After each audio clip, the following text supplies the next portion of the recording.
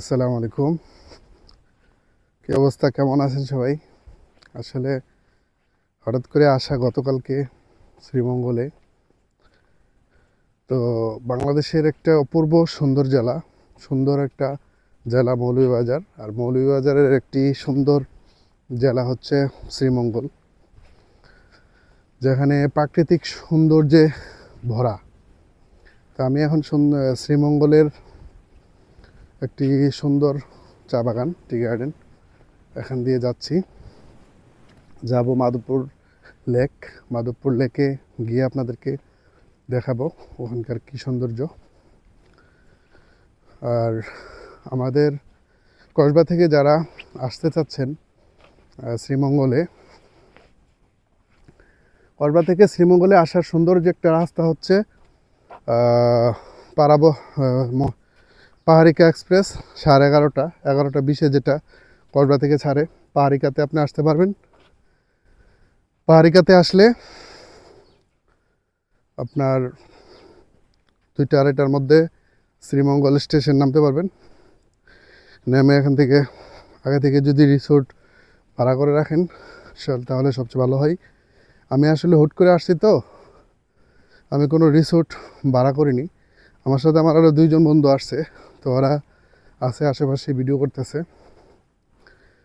তো আমার আসার একটা কাহিনী বলি আপনাদেরকে, শুনেন। সেটা হচ্ছে, আমি পাহাড়িকাটা 5 মিনিটের জন্য পাই নাই। কসবা স্টেশনে গেছি, গিয়ে দেখি পাহাড়িকা চলে গেছে। পরে আমি আসলাম আখাউড়া ট্রেনে। আখাউড়া আসলাম সিএনজি করে। আখাউড়া থেকে চান্দুরা আসছি সিএনজি দিয়ে। চান্দুরা এসে চান্দুরা থেকে আসলাম Madhabpur bus stand. Madhabpur bus stand থেকে বাসে আসছি, হানিফ বাসে। 200 টাকা নিছে, শ্রীমঙ্গল নামাই দিছে। তো এই শ্রীমঙ্গলে আসলাম। আসার পরে আরও কাহিনী আছে। এখন যে শুক্রবার শনিবার যে হলিডেগুলাতে যদি আপনি আসেন, তাহলে সিট অবশ্যই আগে থেকে বুকিং দিতে হবে ভালো মানের হোটেল এবং রিসোর্টের জন্য। আর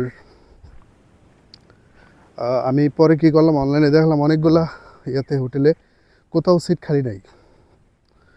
তো সিট খালি নাই, পরে একটা হোটেল পাইলাম, হোটেল মেরিনা। মোটামুটি ভালো মানের, 1500 টাকা নিছে। ওই হোটেলটাতে উঠছি। যদিও আমি হোটেলের ভিডিও কোনো সময় করি না, হ্যাঁ। তো এই আর কি। তো আজকে এখন আছে শ্রীমঙ্গল।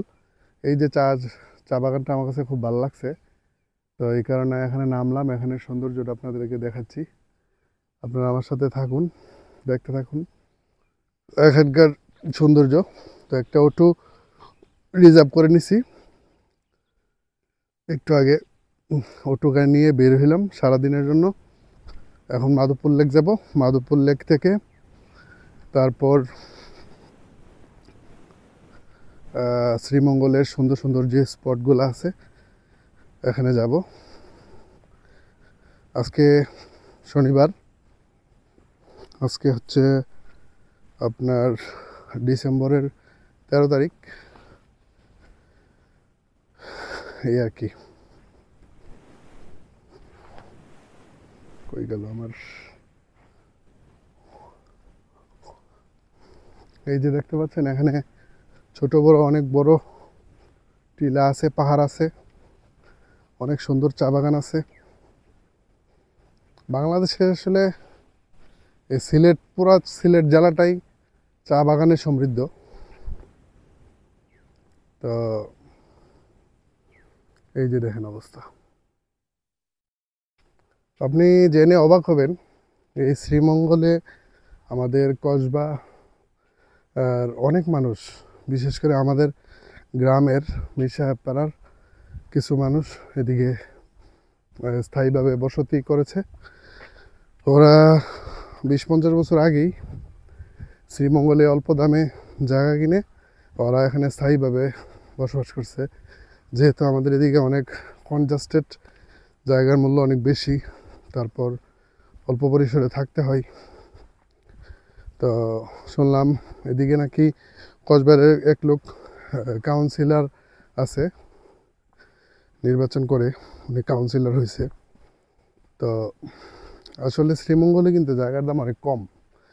এক লোকের জিজ্ঞাসা করলাম যে 2 লাখ টাকা শতক, 3 লাখ টাকা শতক অ্যাভেলেবেল জায়গা আছে, পাওয়া যায় পাহাড়ি জায়গা এবং টিলা টিলা এসি। তো অনেকে কিন্তু আইসা আমাদের এদিকে থেকে আইসা বাড়ি টাড়ি করতেছে, থাকতেছে।